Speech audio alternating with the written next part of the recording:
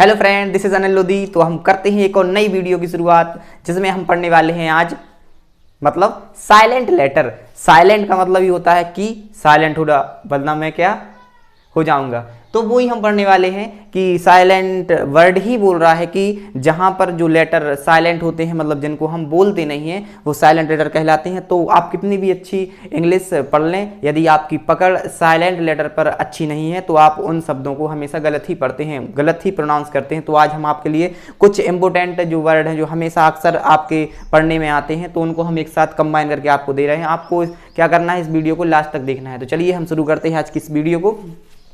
Silent letter की सबसे पहले हम डेफिनेशन जानेंगे। वे अक्षर जो लिखे तो जाते हैं, मतलब उनको हम राइट तो करते हैं लेकिन हम पढ़ते या फिर बोलते नहीं हैं, उन्हें हम साइलेंट लेटर कहते हैं या साइलेंट लेटर कहलाते हैं। जैसे कि पहला है बी।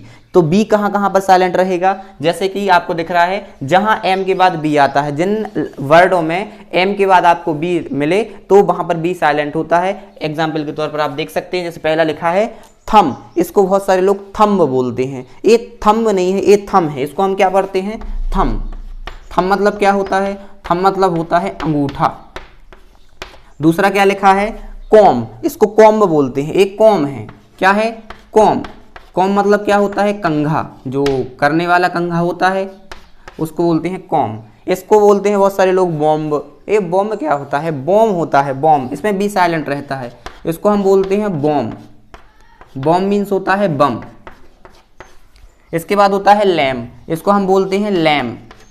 ये जो सीप का छोटा सा बच्चा होता है उसको बोलते हैं हम लैम, मतलब मेमना, लैम। और इसके बाद लिखा है डम। डम, इसको क्या बोलते हैं हम, डम। डम मीन्स क्या होता है, गूंगा। तो जो गूंगा व्यक्ति होता है उसको हम बोलते हैं डम। तो आपने देखा बी के जहां पर भी बी साइलेंट रहता है, जहां पर बी एम के बाद बी आता है, तो उन वर्डों में वी साइलेंट रहता है। आप देख सकते हैं, हमने आपके सामने एग्जाम्पल लिखे, इन शब्दों को आप बहुत ध्यान से देखें। चलिए दोस्तों, तो हम बढ़ते हैं एक नए लेटर पर जिसका नाम है की। की, तो की कहाँ पर साइलेंट होगा, तो इसकी कंडीशन है जहां एन के पहले, मतलब पहले हो एन और उसके पहले के हो। तो जब भी एन के पहले के होगा तो के कैसा हो जाएगा, साइलेंट। तो के वहां पर आया साइलेंट होता है। जैसे पहला वर्ड लिखा है, इसको हम के नॉट नहीं बोलते, इसको हम क्या बोलते हैं, नॉट। नॉट मतलब यहाँ पर नॉट मतलब नहीं नहीं है, क्योंकि इसकी स्पेलिंग अलग है। तो नॉट मतलब होता है गांठ। क्या होता है, गांठ। इसी से एक फ्रेज ईडियम निकलता है, मुहावरा, जिसको बोलते हैं tie the not. Tie the not. Tie the not means क्या होता है, नॉट मतलब गांठ, टाई मतलब बांधना। जब भी गांठ बंध जाए या गांठ पड़ जाए तो हम बोलते हैं गले बंध जाना। और गले बंध जाने का वैसे ही वहाँ पर वैसा अर्थ क्या होता है, मैरिज, मतलब शादी हो जाना। इसके बाद नेक्स्ट जो वर्ड है हमारा, इसको बोलते हैं हम नाइट। इसको किनाइट नहीं बोला जाता है, इसको बोला जाता है नाइट। नाइट मीन्स क्या होता है, नाइट मीन्स होता है योद्धा। देखो अपन इसको याद कैसे रख सकते हैं, नाइट मतलब तो रात होती है, के को समझ लो के जैसी बंदूक, तो एक के 47 जैसी। तो जब एक रात में कोई व्यक्ति बंदूक लेके बैठा है तो वो क्या कहलाएगा, उसको अपन बोलेंगे योद्धा। तो इसको अपन पढ़ते क्या है, नाइट। नाइट मतलब क्या होता है, योद्धा, योद्धा होता है। नेक्स्ट वर्ड हमारा क्या लिखा है, नॉलेज। क्या लिखा है, नॉलेज। इसको के नॉलेज नहीं बोलते, इसको बोलते हैं नॉलेज। नॉलेज, इसमें भी क्या है, एन के साइलेंट, क्योंकि एन के पहले क्या आया है, के, इसलिए के साइलेंट। तो इसको बोलते हैं नॉलेज। नॉलेज मीन्स क्या होता है, ज्ञान या फिर जानकारी। नेक्स्ट वर्ड है नो। इसको किनो नहीं बोलते, क्योंकि एन के पहले क्या है, के, इसलिए के साइलेंट। इसको बोलते हैं नो। क्या बोलते हैं, नो। नो मीन्स क्या होता है, जानना, जानना, या कोई चीज को अपन जब जानते हैं तो उसको अपन बोलते हैं नो। इसके बाद लिखा है नाइफ। क्या लिखा है, कि नाइफ नहीं पढ़ते, इसको हम पढ़ते हैं नाइफ। नाइफ मतलब क्या होता है, चाकू। क्या होता है, चाकू होता है। आप इसी के साथ हमें एक अच्छा वर्ड याद आ रहा है, नाइफ। नाइफ मतलब क्या होता है, चाकू। इसी जैसा एक और वर्ड होता है वाइफ, WIFE, वाइफ। नाइफ और वाइफ में एक समानता क्या है, जैसा चाकू चलता है वैसा ही। ठीक है, तो अब हम बढ़ते हैं नेक्स्ट वर्ड की ओर। कहाँ कहाँ पर डी साइलेंट रहता है, किन कंडीशनों में, तो सबसे पहले हम जानते हैं कंडीशन, इसके बाद हम पढ़ेंगे वर्ड। जहाँ जी के पहले डी आता है वहाँ डी कैसा होता है, साइलेंट। जहाँ पर भी जी आए और उसके पहले क्या आ जाए, डी, मतलब सबसे पहले जी आए और उसके पहले डी आ जाए तो डी को हम पढ़ेंगे नहीं, मतलब बोलेंगे नहीं। जैसे एग्जाम्पल के तौर पर आपके सामने पहला ही क्या लिखा है, नॉलेज। नॉलेज तभी भी आया था, इसको हम क्या बोलते हैं, नॉलेज। नॉलेज्ड नहीं बोलते हैं, नॉलेज बोलते हैं। क्या बोलते हैं, नॉलेज। नॉलेज मतलब क्या होता है, नॉलेज मतलब वही अभी अपन ने लिखा, जानकारी, जानकारी या फिर ज्ञान, नॉलेज। इसके बाद क्या लिखा है, ब्रिज डे नहीं लिखा, क्या लिखा है, ब्रिज। क्या लिखा है, ब्रिज। ब्रिज, ब्रिज मतलब क्या होता है, पुल। ब्रिज मतलब क्या होता है, पुल। इसके बाद क्या लिखा है, एज। क्या लिखा है, एज। एज है ना कि एड जे। क्या है, एज। एज मतलब क्या होता है, किनारा। किसी भी चीज का किनारा होता है उसको हम क्या बोलते हैं, एज। इसके बाद क्या लिखा है, ग्रज।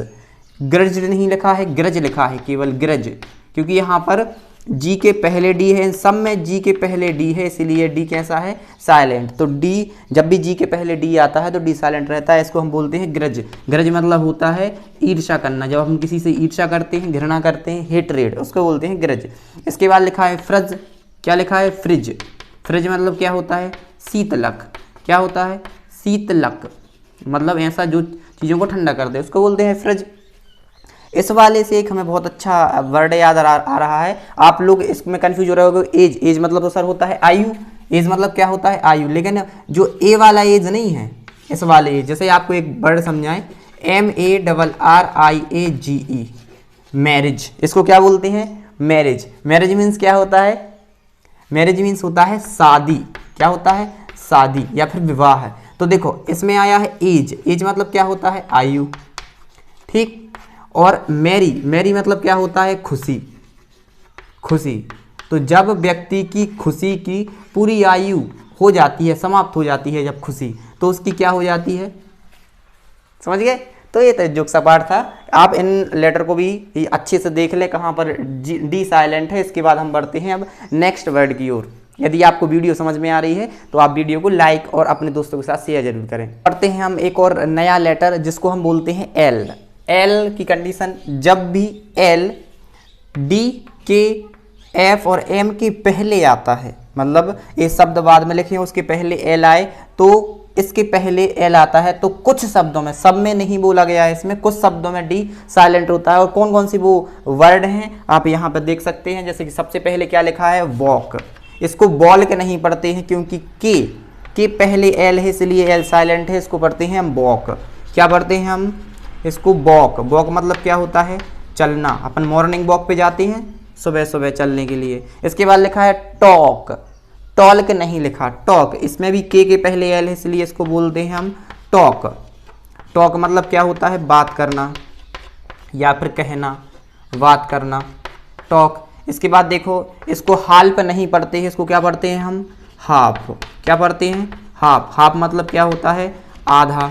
इसके बाद एक नया वर्ड देखो, नेक्स्ट वर्ड, इसको हम काल्फ नहीं बोलते, क्या बोलते हैं, क्योंकि एफ के पहले एल है, इसलिए एफ के पहले यदि एल हो साइलेंट रहता है, इसीलिए इसमें हम क्या पढ़ेंगे, इसको हम काफ ना कि काल्फ। काफ मतलब होता है बछड़ा, जो गाय का छोटा बछड़ा होता है उसको हम बोलते हैं काफ। इसके बाद देखो इसको हम काल में नहीं पढ़ते, इसको हम क्या पढ़ते हैं, काम। काम मतलब क्या होता है, शांत। इसके बाद क्या लिखा है, इसको हम पसालम नहीं पढ़ते, यहाँ पर पी भी साइलेंट है, एल भी साइलेंट, इसको हम बोलते हैं केवल शाम। शाम मतलब क्या होता है, भजन। जो भजन कीर्तन होता है उसको बोलते हैं शाम। अब डी वाला देखोगे, डी के पहले, तो सबसे पहले तो इसको हम देखो, इसको कुल्ड नहीं पढ़ते, इसको क्या पढ़ते हैं हम, कुड। इसको हम बुल्ड नहीं पढ़ते, इसको हम क्या पढ़ते हैं, बुड। और इसको हम पढ़ते हैं सुड। तो आप देख सकते हैं इन जो हमने वर्ड लिखे, इन वर्डों में एल लेटर साइलेंट रहता है। बहुत सारे वर्ड और आपको मिल जाएंगे, और भी जो लेटर होते हैं उनमें साइलेंट लेटर होते हैं, वर्ड होते हैं उनमें साइलेंट लेटर होते हैं। तो आप इन जो हमने आपको इस वीडियो में पढ़ाने का प्रयास किया उसको आप अच्छे से देख लें, समझ लें और उनको याद रखें जब आप इंग्लिश की प्रैक्टिस करते हैं या फिर पढ़ते हैं। यदि आपको हमारी वीडियो पसंद आती है तो हमारी वीडियो को लाइक, शेयर और हमारे चैनल को सब्सक्राइब जरूर करें। और कमेंट में यदि आपको कोई डाउट आता है तो कमेंट में ज़रूर लिखें। और हमारी वीडियो को देखने के लिए आपका बहुत बहुत धन्यवाद। इसको अन्य लोगों के साथ शेयर होगी। Thanks for watching.